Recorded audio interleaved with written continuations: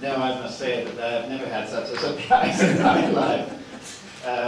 And so I'm not prepared to give any speech. But I was just thinking, when Munir was mentioning we met at UNESCO, Anne Rydell was then responsible for the Division of Cultural Heritage, and she was then directing also World Heritage. At that time, ICCROM was giving close profile to World Heritage.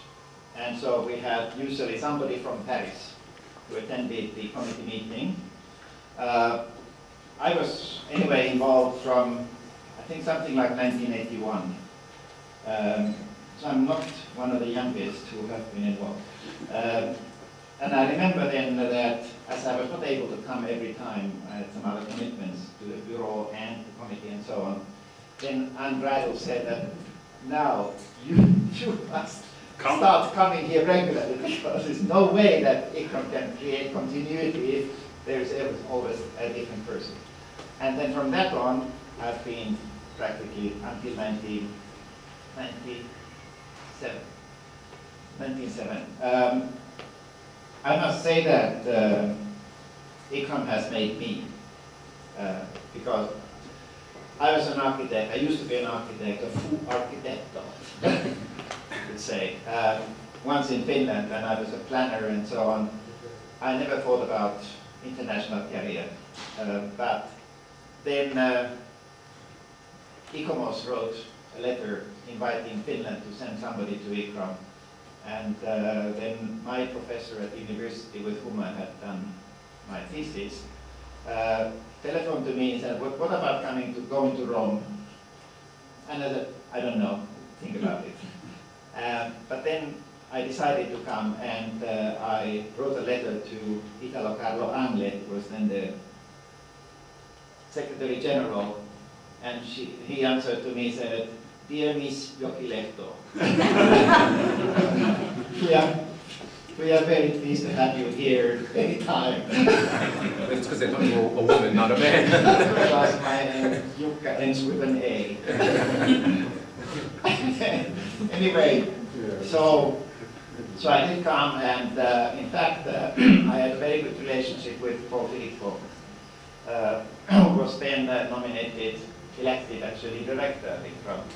And I was giving all sorts of ideas about how this architectural course should be organized, because it was a little bit like, according to the university tradition, that when the professors had time, they could come and talk about something.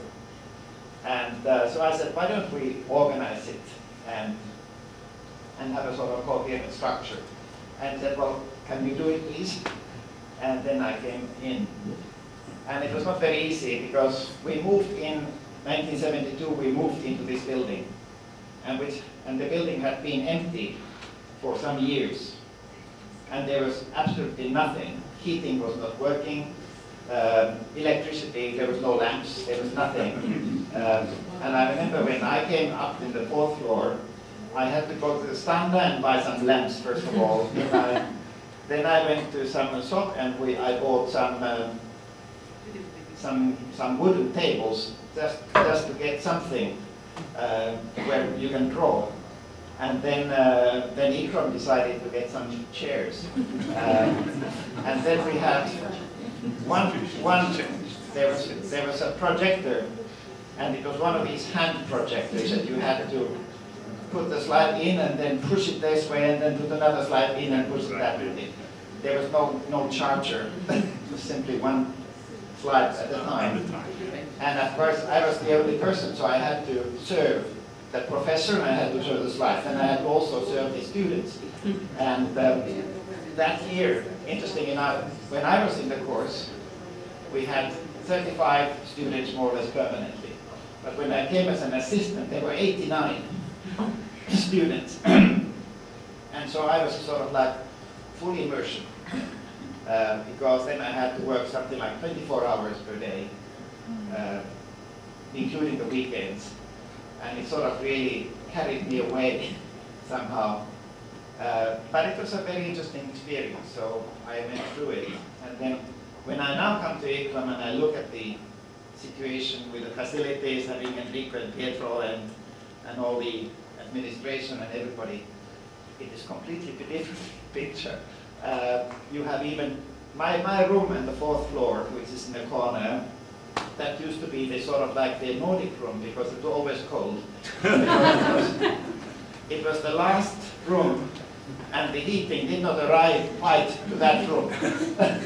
So it was always cold. But now I suppose it is warm. It's the Africa room now. Because Bob was there and Patience has improved.